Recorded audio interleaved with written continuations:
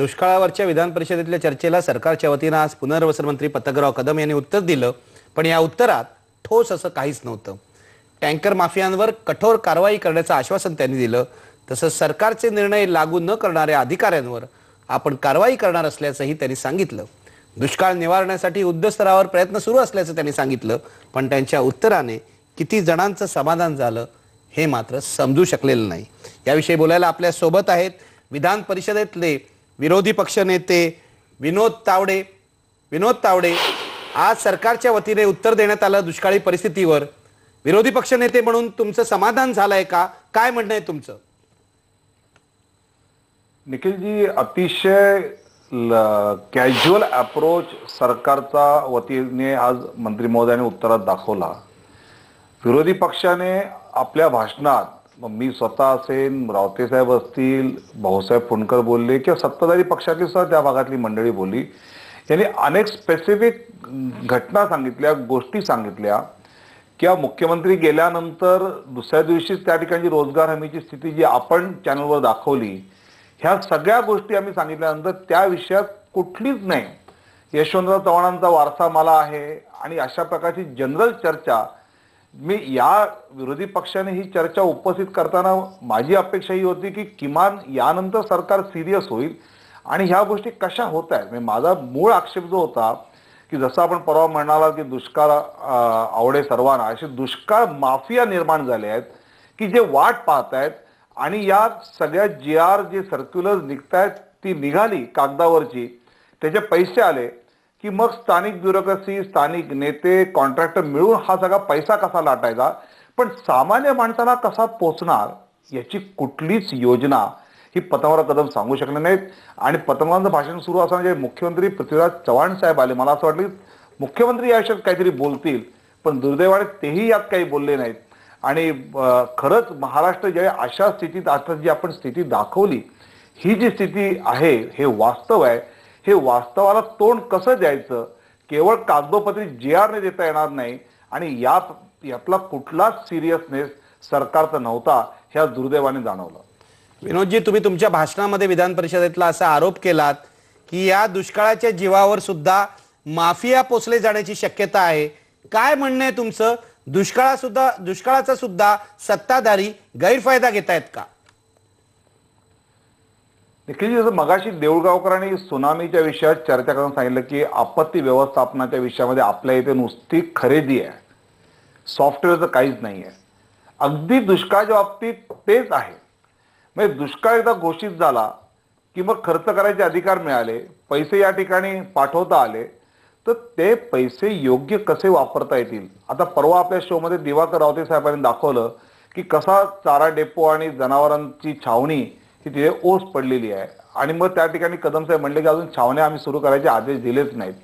त्याचा उल्लेख करत सभागृहात दाखवलं की 3 फेब्रुवारीचा कदम साहेब आपला हा आदेश आहे की ज्या गावांमध्ये 50 पेक्षा आणेवारी कमी आहे त्या ठिकाणी चारा डेपो आणि जनावरांची छावणी सुरू करण्याला आपण सांगितलं होतं. मग आजपर्यंत का झालं नाही हे तुम्ही कलेक्टरला विचारलं का?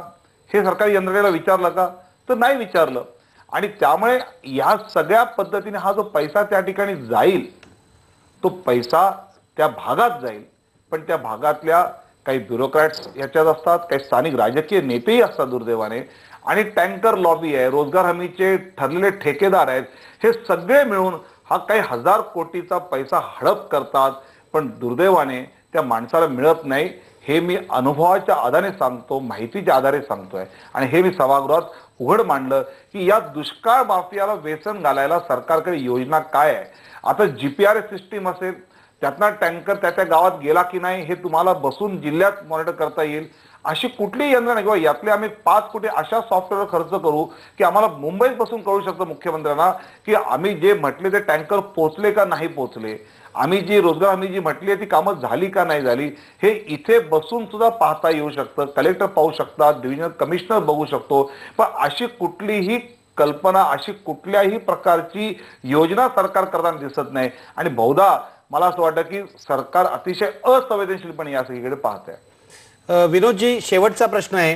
पूर्वीच्या काळी विरोधी पक्ष या प्रश्नावर आंदोलन करायचे, तुम्ही आज विधिमंडळात बोलतायत, पण रस्त्यावर सरकारी यंत्रणेला वेग यावा, दबाव यावा तिच्यावर म्हणून काही विरोधी पक्षांचं आंदोलन दिसत नाही. असं काही आंदोलन करण्याचा तुमचा विचार आहे का? नक्कीच आहे. आज अधिवेशन चालू असल्यामुळे विधिमंडळाच्या रूपातून आम्ही हा विषय मांडतो आहोत.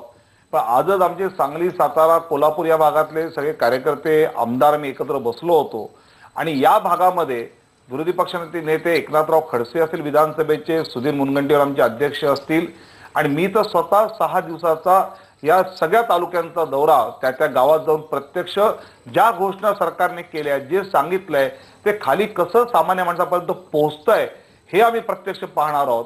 आणि एका बाजूला ते पाहणं, संघर्ष करणं आणि त्याच्या बरोबरीने पक्ष म्हणून, एक लोकप्रतिनिधी म्हणून आम्ही यात काय वाटा उचलू शकतो, जनतेची मदत घेत आम्ही काही जनावर छावण्या चालू करू शकतो का, आम्ही काही चारा डेपो चालू करू शकतो का, आम्ही पिण्याच्या पाण्यासाठी काही वेगळं त्यात करू शकतो का, ह्या सगळ्या गोष्टी यातल्या आग्रहाने आम्ही करणार आहोत.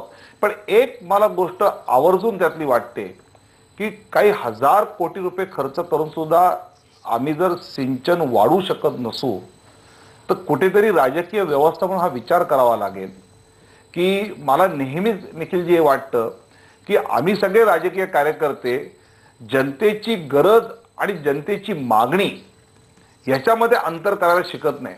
मागणी आहे म्हणून आम्ही नळ पाणी योजना करतो, पण गरज पाण्याची असेल तर पाण्याची वॉटर टेबल लेवल वाढवण्यासाठी आम्ही किती करतो. तर आता आज आम्ही नळ पाणी योजना लावली आणि दारातनं पाणी घरात पाठवलं तर आम्हाला मतं मिळतील या विचारातनं नळ पाणी करतो, पण पाण्याचा मूळ साठा कसा वाढेल याच्यावर खर्च करणं दिसत नाही. मला वाटतं महाराष्ट्रात अशा लॉंग टर्म योजनांची गरज आहे की वॉटर टेबल लेवल, पाण्याची जमिनीतली पातळी कशी वाढेल यावर. आणि असे प्रयोग झालेत, हिवरे बाजारला झाले आहेत, अण्णादऱ्यांच्या राळेगणला झालेले आहेत. हे प्रयोग आपल्याला करता येतील. शेजारच्या मोदींच्या राज्यामध्ये गावतळी त्यांनी केलेली आहेत. ही जर केली तर हे यातलं आपण बरंचसं जे संकट आहे टाळू शकतो आणि त्यामुळे हे संकट अस्मानी नसून हे सुलतानी संकट आहे असं मला आग्रहाने वाटतं. धन्यवाद विनोद तावडे. विधान परिषदेतले विरोधी पक्षनेते विनोद तावडे आपल्यासोबत होते. त्यांनी सांगितलं राज्यातली परिस्थिती किती भयंकर आहे, लोकांना हालअपेष्टा कशा सहन कराव्या लागतात. प्राईम टाइम मध्ये याबरोबर आपण एक ब्रेक